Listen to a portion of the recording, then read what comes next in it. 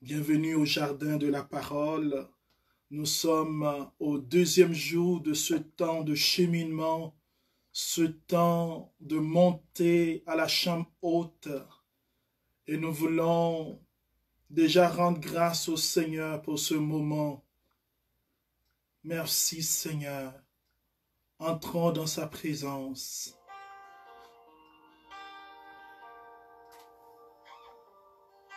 Adorons la majesté du Seigneur. Dans la puissance de sa parole, il vient nous rejoindre. Il vient déjà être avec nous. Son esprit souffle. Adorons sa présence. Adorons Jésus. Adorons le Père.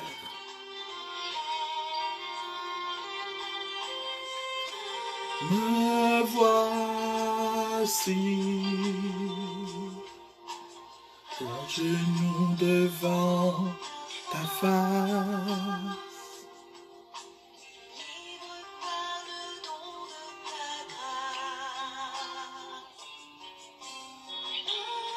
Me voici.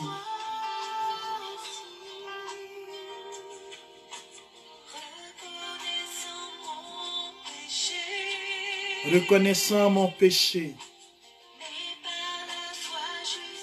par la foi, je suis justifié. J'ai trouvé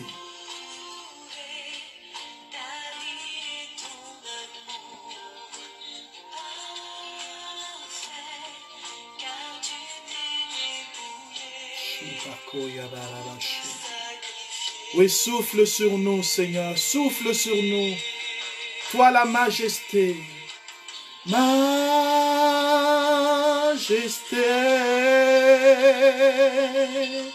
majesté.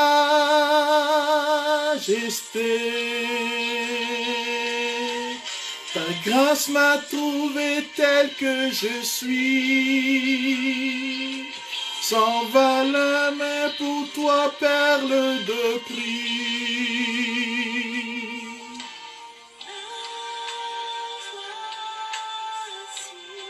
Voici mon frère, voici ma sœur. Oui, voici Alain, voici Joséphine. Oui, voici Yvonne, voici Chantal.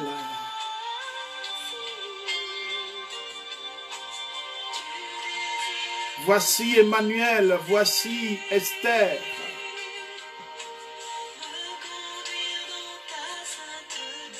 Dans ta sainteté,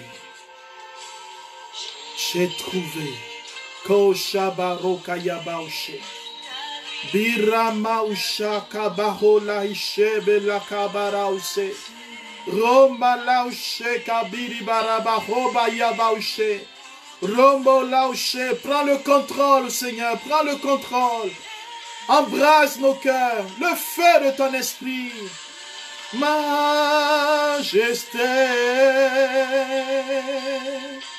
majesté,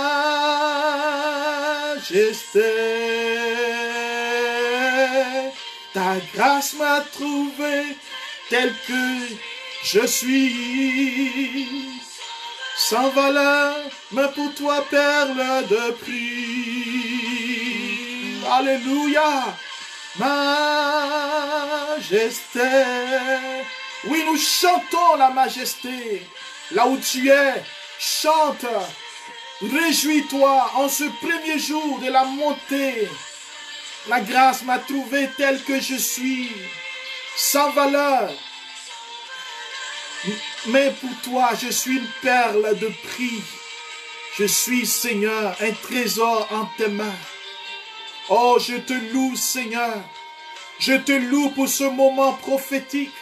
Je te loue pour le feu de ton esprit dans les maisons, le feu de ton esprit dans les cœurs, ce que ta parole veut produire aujourd'hui, là où ta parole veut nous rejoindre aujourd'hui, là où ta parole veut me rejoindre. Oh, majesté suprême, je t'adore. Majesté, oui, embrase-moi. Majesté,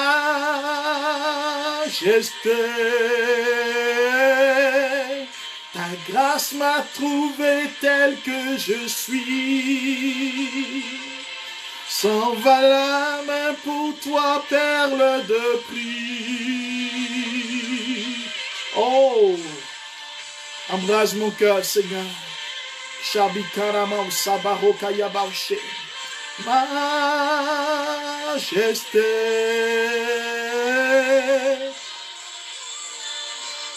Par ton amour, je suis transformé, Seigneur. À genoux devant ta majesté. Merci, mon Dieu. Oh, merci pour ton esprit. Oh, merci, Seigneur. Oh, merci, Dieu vivant. Merci, Seigneur, pour ta grandeur, pour ta bonté. Alléluia.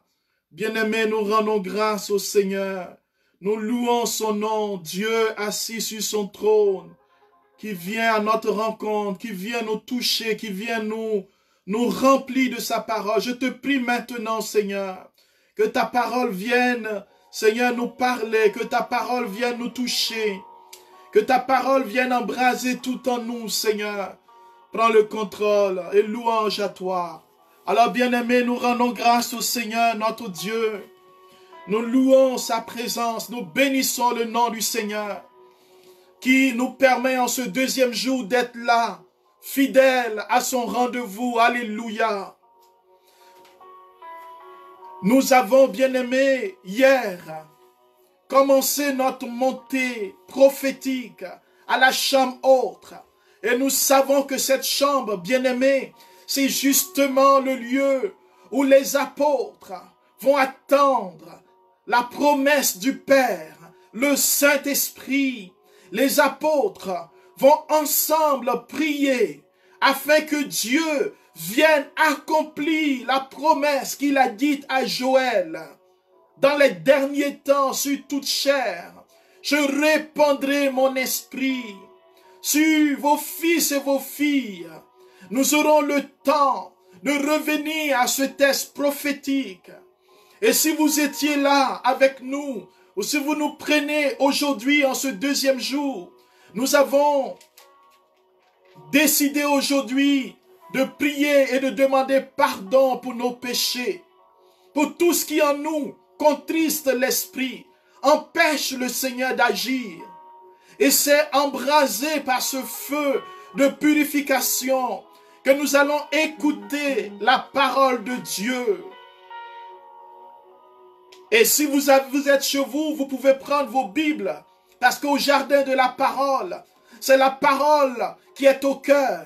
Frères et sœurs, la parole est puissante. La parole vient nous façonner, nous libérer, nous éclairer. Aucune prophétie n'est plus grande que la parole elle-même qui vient de la bouche du Seigneur. Alors prenons nos Bibles. Nous sommes dans l'Évangile selon Saint Jean, le chapitre 14. On pourra le lire du verset 1 jusqu'au verset 26. Mais je vais prendre quelques parties de cette partie de la Bible pour animer notre réflexion. Alléluia. Frères et sœurs, Jean chapitre 14. Déjà au verset 1er, le Seigneur dit aux apôtres, alors que le Seigneur est en train de donner des instructions aux apôtres, alors qu'il est en train de préparer leur cœur à accueillir le Saint-Esprit, déjà le Verbe de Dieu vient pour dire à chacun des apôtres que votre cœur ne se trouble pas. Vous croyez en Dieu, croyez aussi en moi. Frères et sœurs, le thème aujourd'hui, c'est le Saint-Esprit et les Écritures. Et nous allons avoir la grâce d'avoir ce thème sur plusieurs jours. Nous allons faire une montée progressive. Mais avant d'entrer dans ce thème, Je veux nous dire que la spiritualité, notre spiritualité chrétienne, commence avec l'état de notre cœur. Frères et sœurs, Jésus sait, notre Seigneur sait que nous ne pouvons pas entrer dans son alliance, marcher avec lui, laisser le Saint-Esprit nous embraser si notre cœur est troublé, si notre cœur est troublé par beaucoup de choses, si notre cœur est divisé, si notre cœur est perdu. Les apôtres, alors que le Seigneur, nous allons le voir, il leur parle de la promesse. Les apôtres se posent la question, est-ce le moment où tu vas venir?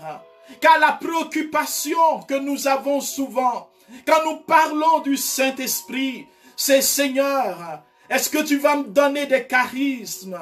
Seigneur, jusqu'à quand est-ce que, Seigneur, tu vas te manifester à moi? Les apôtres ont vécu cela et Jésus commence ce soir à nous dire à chacun que ton cœur ne se divise pas, que ton cœur ne se sépare pas, que ton cœur ne soit pas troublé. Qu'est-ce qui peut troubler le cœur? Qu'est-ce qui peut troubler mon cœur? Le cœur peut être troublé par beaucoup de choses, frères et sœurs. Et ces choses peuvent empêcher la parole de Dieu de venir me toucher. Mon cœur peut être troublé, mon frère et ma sœur, par le péché. Peut être troublé par des circonstances de ma vie.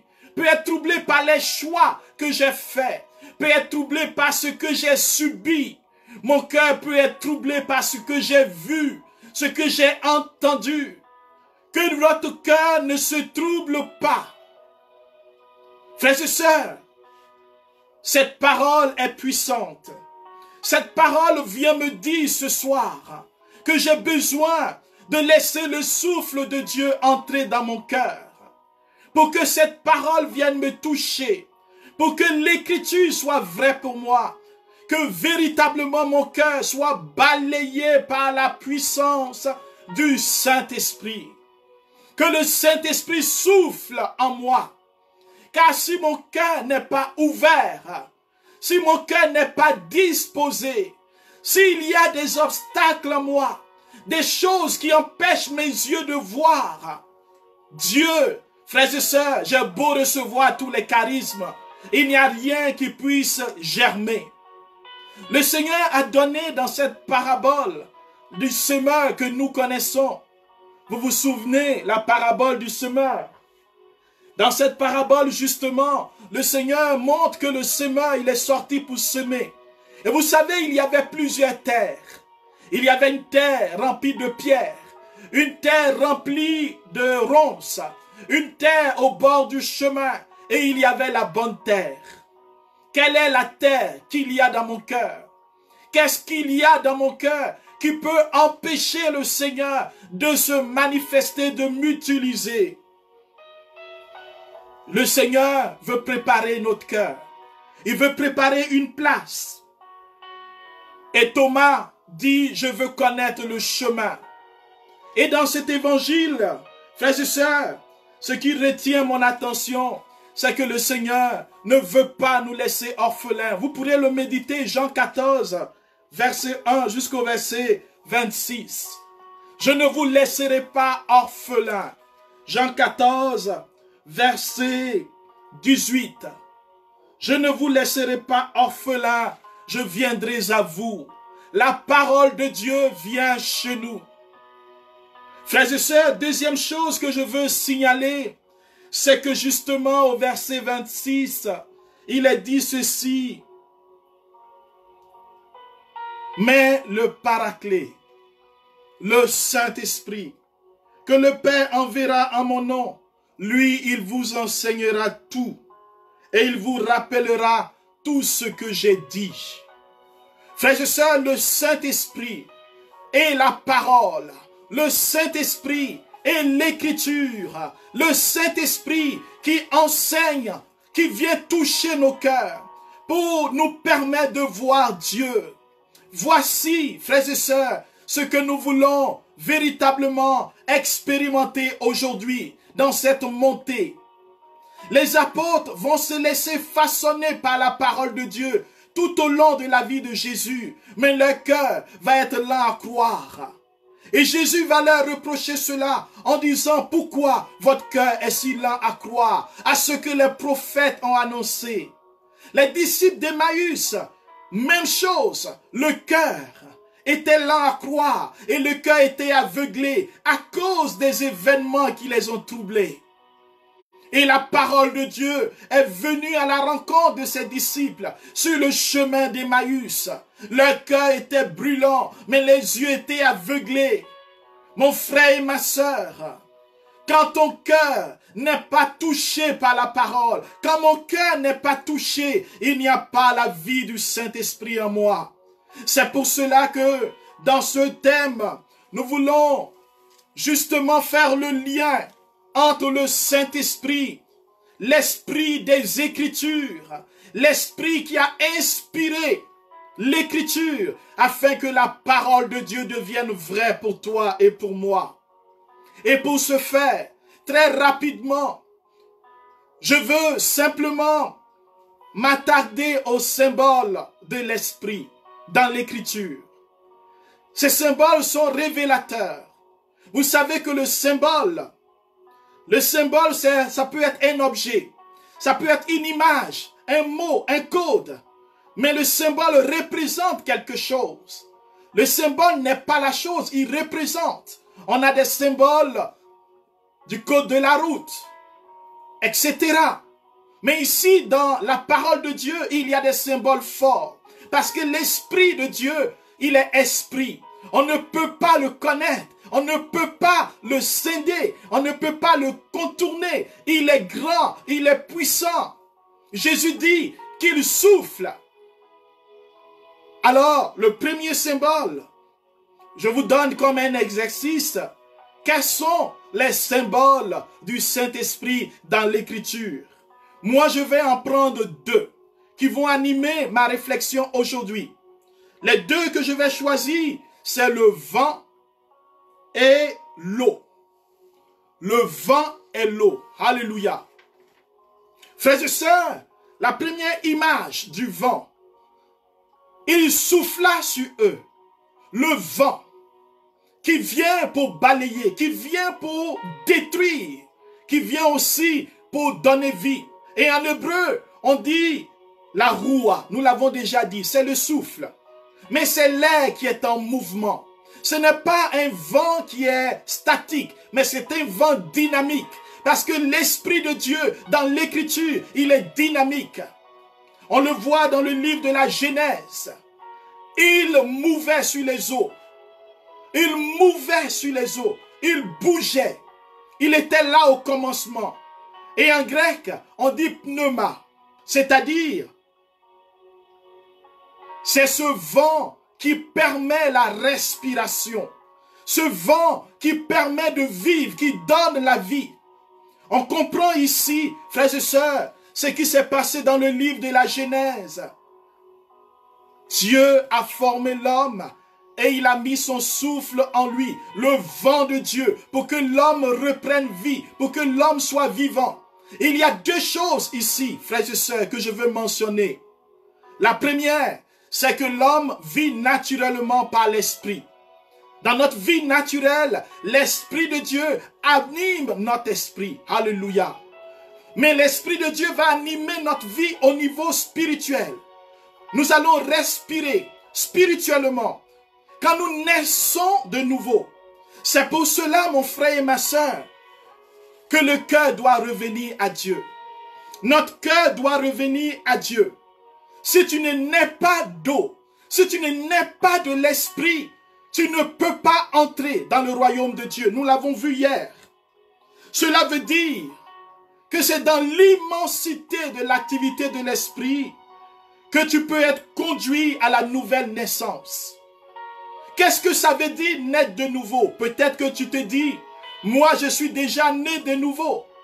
Moi je suis déjà converti.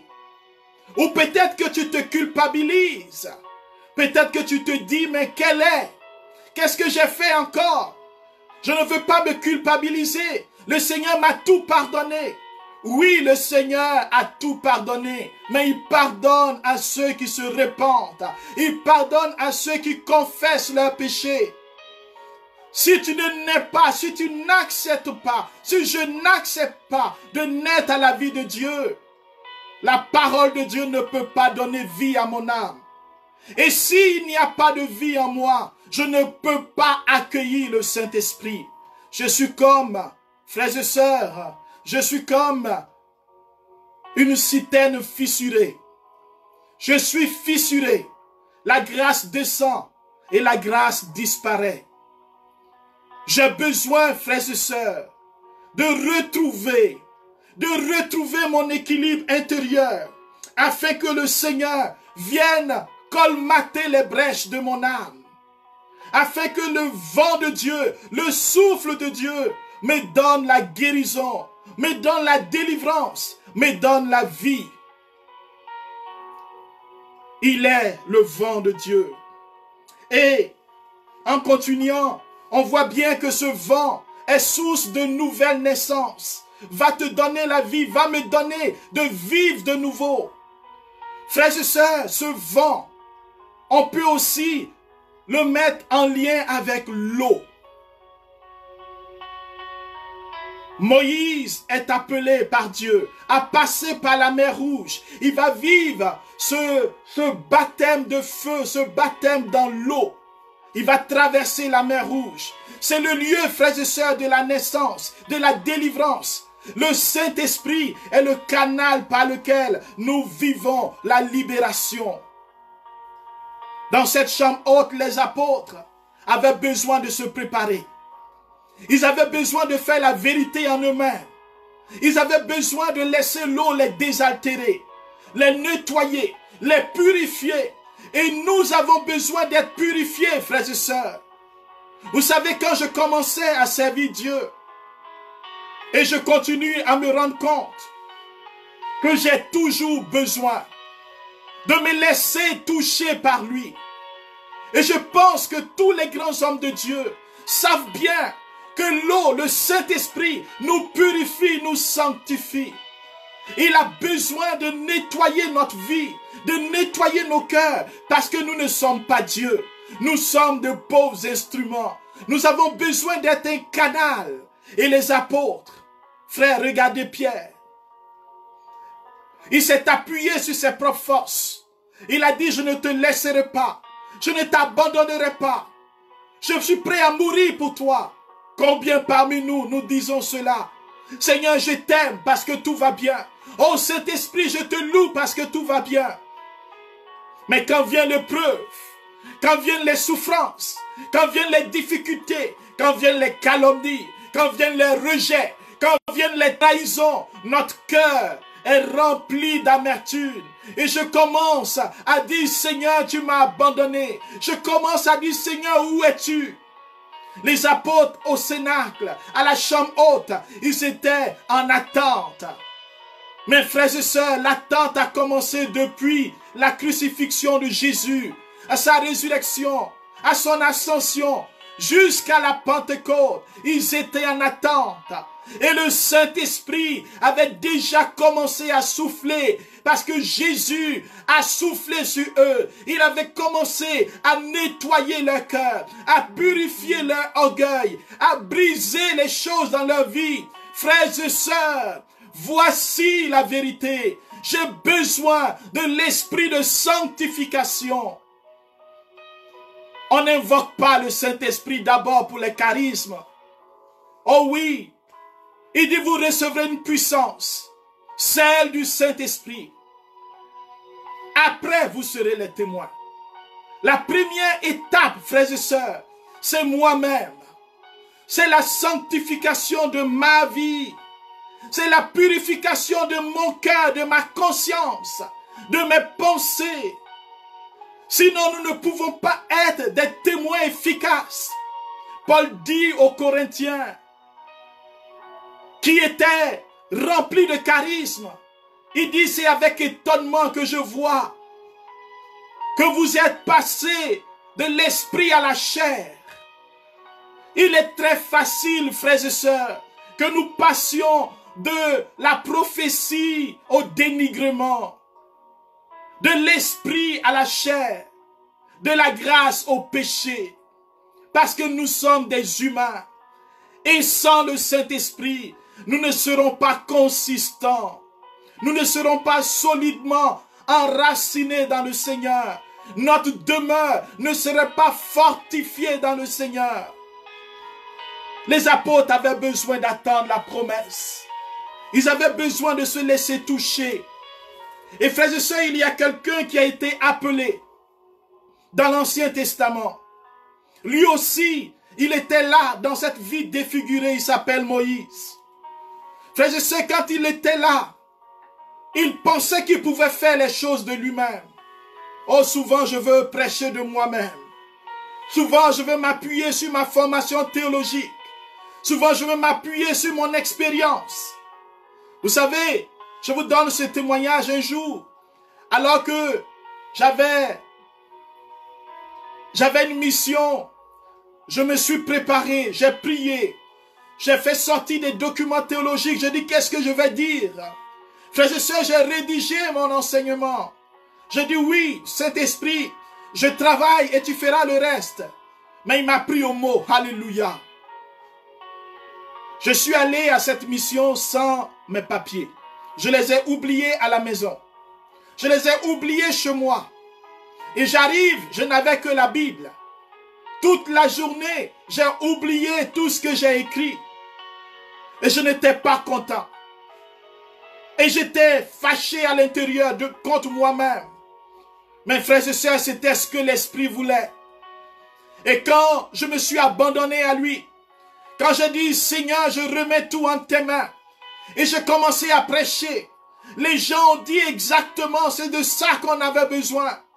Et je me suis rendu compte que ce que je disais n'avait rien à voir avec ce que j'avais écrit. Parce que l'Esprit de Dieu, l'Esprit qui parle par les Écritures, l'Esprit qui anime le cœur des hommes et des femmes, l'Esprit qui révèle le visage du Père, il était à l'œuvre. Laissons l'Esprit de Dieu prendre le contrôle de notre vie. Combien de fois nous résistons, comme Moïse. Il a voulu prendre le contrôle de sa vie. Et ce jour-là, bien-aimé, quand il n'avait plus le contrôle, quand il vivait comme un étranger, il faisait perdre le troupeau de son beau-père Jéthro. Moïse n'avait plus d'identité, mais Dieu connaissait son identité. Dieu connaît ton identité.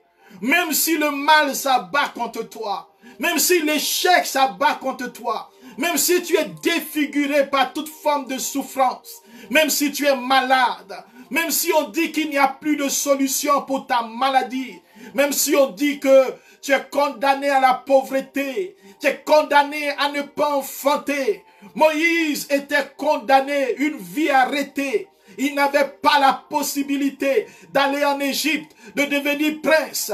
Il n'avait plus de possibilité d'être riche. Il était dans le désert. Moïse était là, face à son destin. Qui pouvait le délivrer?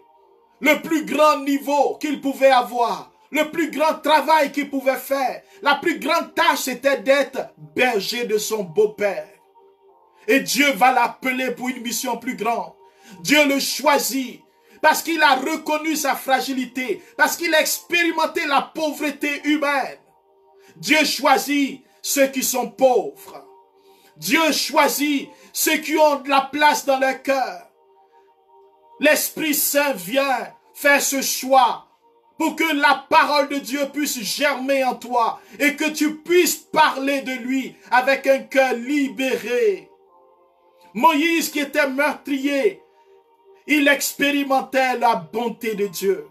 Il expérimentait l'amour de Dieu. La parole de Dieu venait à lui, l'appeler en disant, Moïse, Moïse, ôte tes sandales.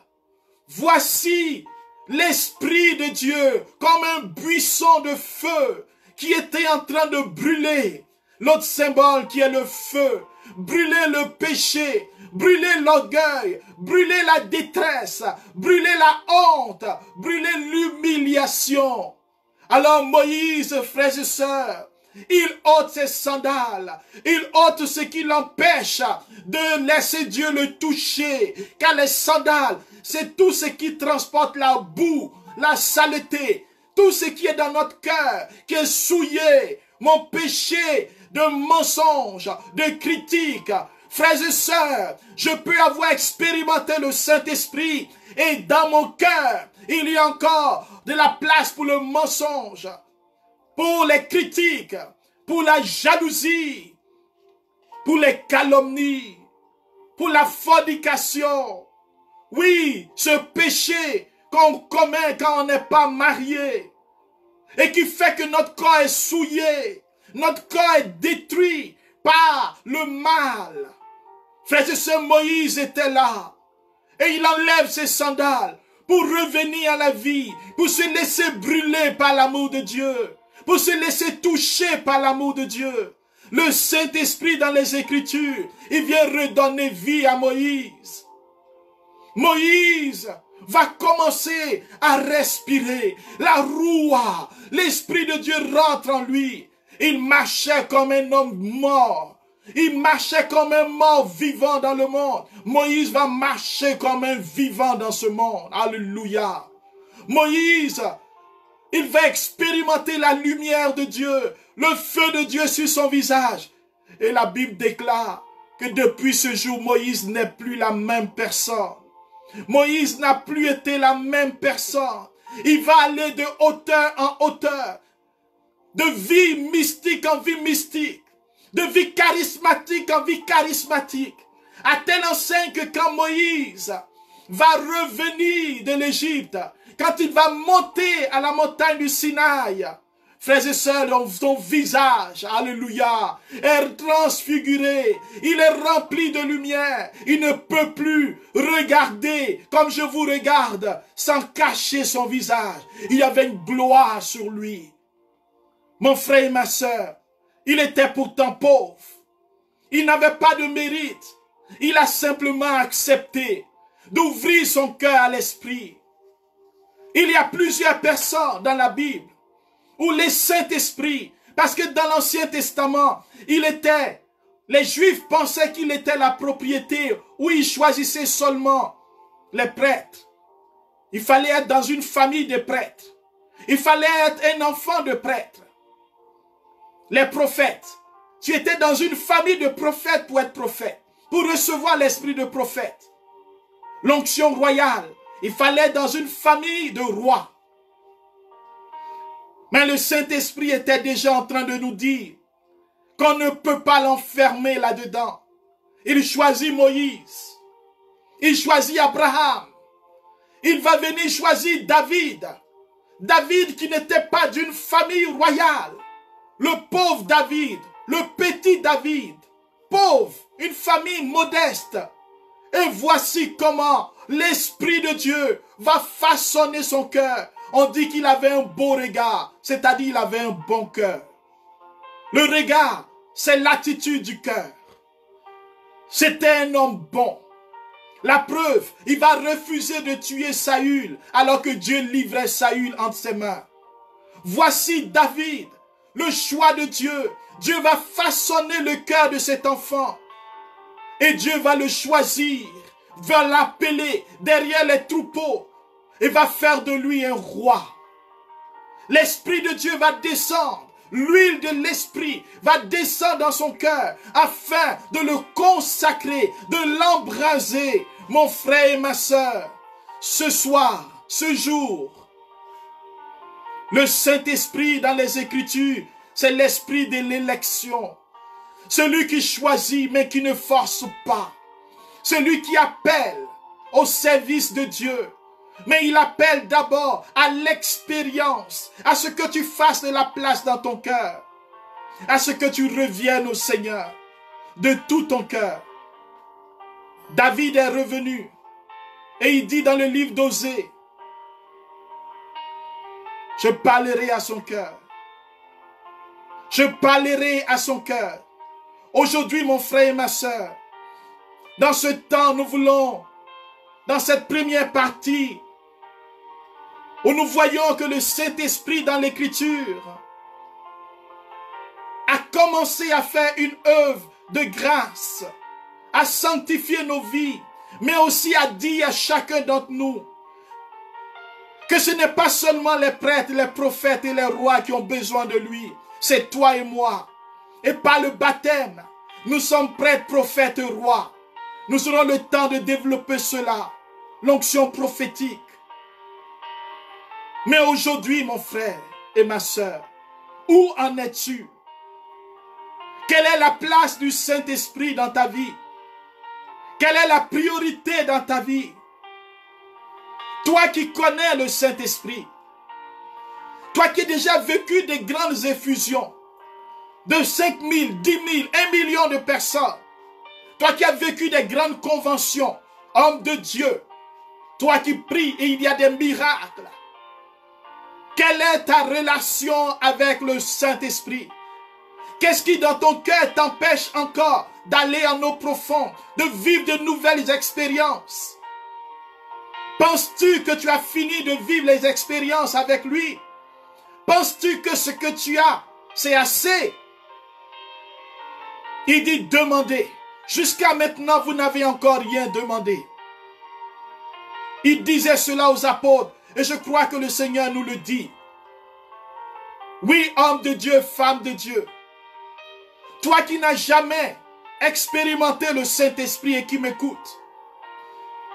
Toi qui viens là et qui te dis, mais je ne le connais pas le Saint-Esprit. Mon frère et ma sœur, est-ce que tu es prêt à lui demander de venir toucher ton cœur? Les choses en nous qui empêchent le Saint-Esprit, les obstacles qui empêchent Dieu de venir loger chez nous. Combien de fois la distraction, les loisirs, les plaisirs de ce monde nous font sortir de la dimension spirituelle et surnaturelle. Je croyais qu'en servant Dieu, frères et sœurs, on était puissants. Mais je comprends que non, on n'est pas puissant, mais le Saint-Esprit est puissant en nous. Parce qu'il nous sanctifie. Les obstacles, ce qui m'empêche de laisser le Seigneur. Mon péché de rancune. Cette personne que je ne veux pas voir. Les gens que je ne veux pas pardonner. Je ne parle pas avec certaines personnes. Je suis une femme au foyer. Je maltraite la fille qui travaille chez moi. Je l'insulte. Je lui parle mal. Je critique. Je frappe mes enfants. Je frappe tout le monde. J'insulte mon mari, ma femme. Mais quand je suis dans le groupe de prière, quand je me tiens devant le Seigneur, oh je dis Saint-Esprit, je t'aime. De quel amour est-ce que je parle? Voici les obstacles qui font que le Saint-Esprit ne peut pas se déployer dans toute sa puissance.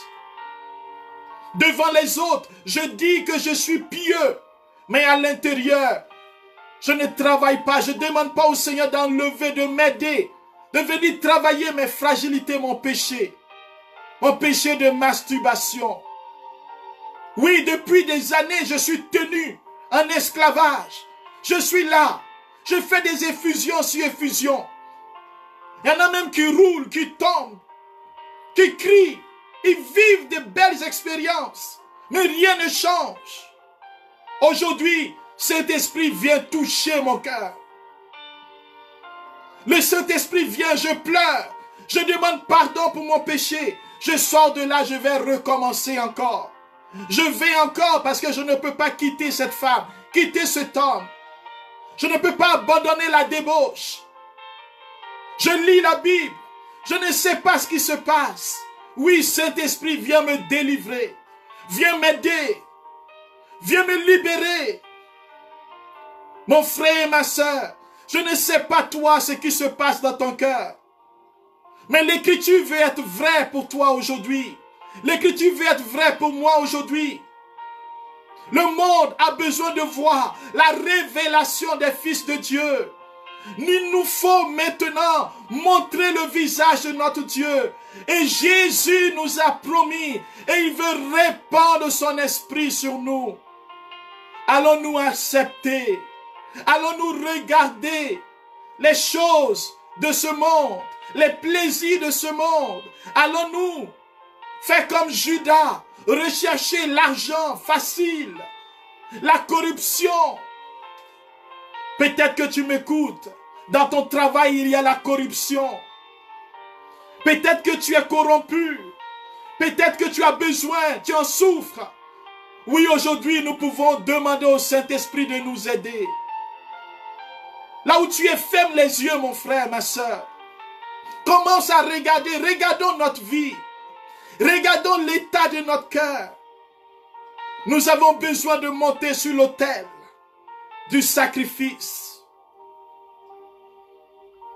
pour nous unir au sacrifice du Christ afin que le feu descende sur nous. Nous avons besoin maintenant de renoncer au péché, de renoncer au mal, de renoncer au vice, de renoncer aux passions charnelles. Nous avons besoin de demander pardon pour toutes les rancunes, pour toutes les vengeances, pour toutes les colères qui nous habitent. Et si tu m'écoutes que dans ta famille, tu es en disgrâce, il y a des conflits, par ta faute ou la faute d'autres personnes, oui, tu peux invoquer le Saint-Esprit et demander pardon. Si dans ton foyer, il y a de la colère, vous ne vous parlez pas, tu refuses parce que tu es en colère, le Saint-Esprit frappe à ta porte.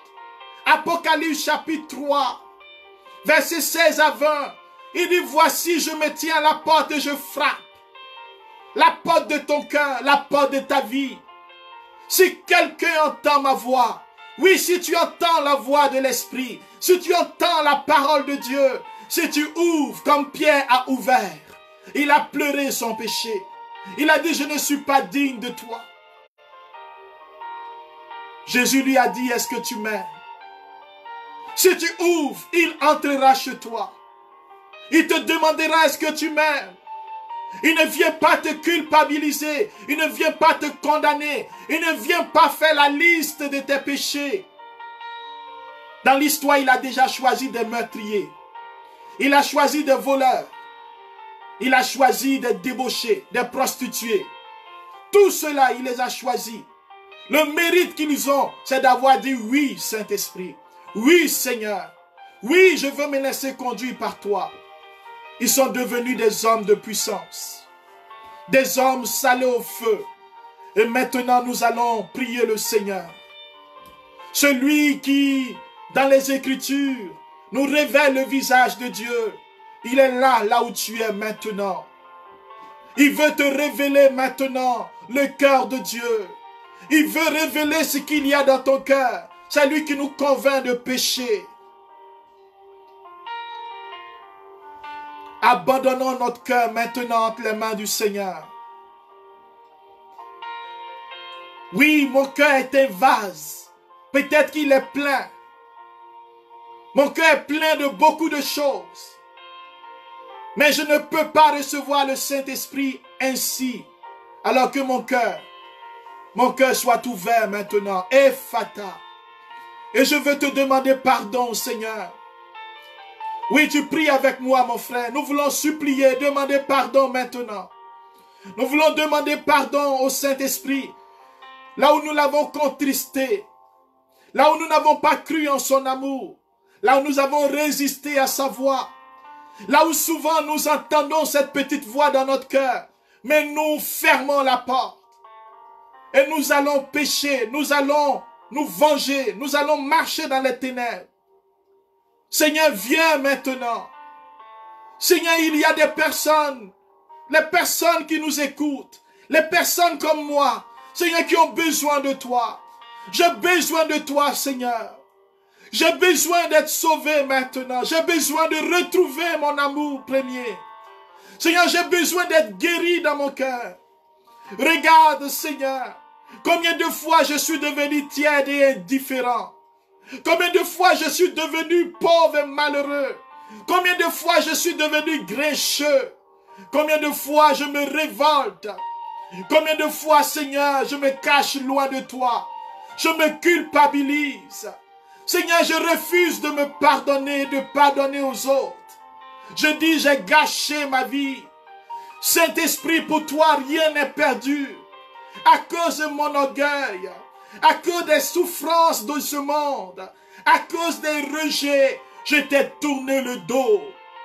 Tu m'as appelé, tu m'as choisi comme Moïse. J'ai refusé d'enlever les sandales et j'ai quitté ta présence. Oh Seigneur, viens à mon secours.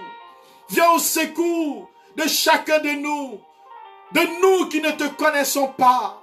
Seigneur, nous qui sommes dans l'obscurité, dans la vallée de l'ombre de la mort. Seigneur, je ne veux craindre aucun mal, car tu es avec moi. Seigneur, viens, moi qui ne suis pas marié depuis longtemps et qui souffre de la solitude, qui souffre, Seigneur, de ma misère. Seigneur, je suis fâché. Je dis, je ne prie plus. Je dis, je n'ai plus confiance en toi. Seigneur, viens me guérir cet esprit. Pardon, Seigneur. Pour moi qui suis en concubinage, Seigneur, des années. Seigneur, il ou elle ne veut pas de mariage. Et j'ai perdu tout espoir. Et Seigneur, ma vie spirituelle ne peut pas grandir. Parce que Seigneur, je me sens pauvre. Je n'ai plus confiance. Seigneur, viens dans ma vie. Oui, viens prendre cette situation. Et surtout, viens prendre mon cœur. Seigneur, viens prendre le cœur de cette femme. Seigneur, pour elle-même. Seigneur, qui se culpabilise pour l'éducation de son enfant. Seigneur, qui se demande, Seigneur, qui regrette ce qu'elle a fait pour son enfant. Seigneur, pardon pour les enfants abandonnés. Ce que j'ai abandonné, les enfants que j'ai avortés, les enfants que j'ai rejetés. Seigneur, tous les avortements que j'ai faits, Seigneur, je les ai oubliés, alors que Seigneur, j'ai besoin aujourd'hui que tu touches tous les lieux de ma vie. Regarde, Seigneur, les femmes, Seigneur, que j'ai poussées à l'avortement. Oui, Seigneur, pardon pour tous ces hommes qui ont poussé les femmes à avorter. Seigneur, pour nous qui sommes là, pardon, Saint-Esprit. Nous avons tué, nous sommes des meurtriers, mais tu es celui qui nous sauve comme tu as choisi Moïse. Oui, pardon, Seigneur. Pardon pour tout le mal que j'ai fait. Pardon pour mes doutes. Pardon, Seigneur, pour mes iniquités. Pardon pour mes adorations. Seigneur, j'ai donné, Seigneur, de l'argent. Je suis allé faire des adorations, des pratiques occultes. Je suis allé voir des devins. Pardon, Seigneur. Pardon, oh Dieu, pour tous mes péchés. Je veux que mon cœur soit nettoyé, Seigneur. Que ton feu vienne me purifier. Que ton feu vienne me guérir. Que ton feu vienne me délivrer, Seigneur. Oh, viens, Seigneur. Viens dans la vie des serviteurs et des servantes. Seigneur, tu nous dis que nous ne sommes pas la source, c'est toi qui es la source. Pardon. Toutes les fois, Seigneur, où j'ai voulu qu'on m'applaudisse. J'ai voulu qu'on puisse m'acclamer. J'ai voulu qu'on puisse m'ovationner. J'ai oublié que c'est toi qui m'as envoyé. J'ai oublié que c'est toi que je dois prêcher. Seigneur, pardon pour mon orgueil. Pardon pour ma vanité. Pardon pour toutes les prophéties que j'ai dites qui n'étaient pas de toi. Pardon pour tout ce que j'ai inventé. Pardon pour tous les serviteurs de Dieu. Pardon pour chacun de nous. Oh Seigneur, je te demande pardon. Là où tu es, tu peux implorer ce sang de Jésus pour que le Saint-Esprit vienne te réconcilier avec le Père. Pardon, Seigneur, pour tous ces mauvais choix. Pardon, Seigneur. Je sais que je fais un mauvais choix. Je sais que le chemin que j'ai pris est mauvais. Mais j'y suis encore. Pardon, Seigneur. Il y a plusieurs personnes que Dieu appelle. Dieu choisit, Dieu appelle, mais depuis longtemps, ils sont encore très loin très loin de ce que Dieu veut faire avec eux. Ils ont perdu beaucoup de temps à tourner en rond, beaucoup de temps à marcher loin de Dieu, à faire des mauvais choix. Le temps est arrivé d'ouvrir son cœur à l'esprit et fatal là où vous êtes, là où nous sommes, pour recevoir le feu de Dieu, la puissance du Saint-Esprit. Merci Seigneur. Oui, merci Seigneur. Pour tous ces choisis, ces amoureux et amoureuses, ceux que tu prends maintenant, tous ceux sur qui tu poses la main, cette génération nouvelle, hommes, femmes, enfants, jeunes, étudiants, travailleurs, vieillards, recevons le feu de la purification et que notre cœur revienne au Seigneur. Dans le nom de Jésus. Amen. Et nous terminons en priant pour chacun de nous. Confions au Seigneur cette dame qui croit que la guérison lui est donnée maintenant au niveau de ses poumons. Que cela t'advienne maintenant selon ta foi. Que tu reçoives ton miracle au nom de Jésus. Bénis Seigneur tous ceux qui reçoivent ce message dans le nom du Père et du Fils et du Saint-Esprit. Amen. Que Dieu nous bénisse.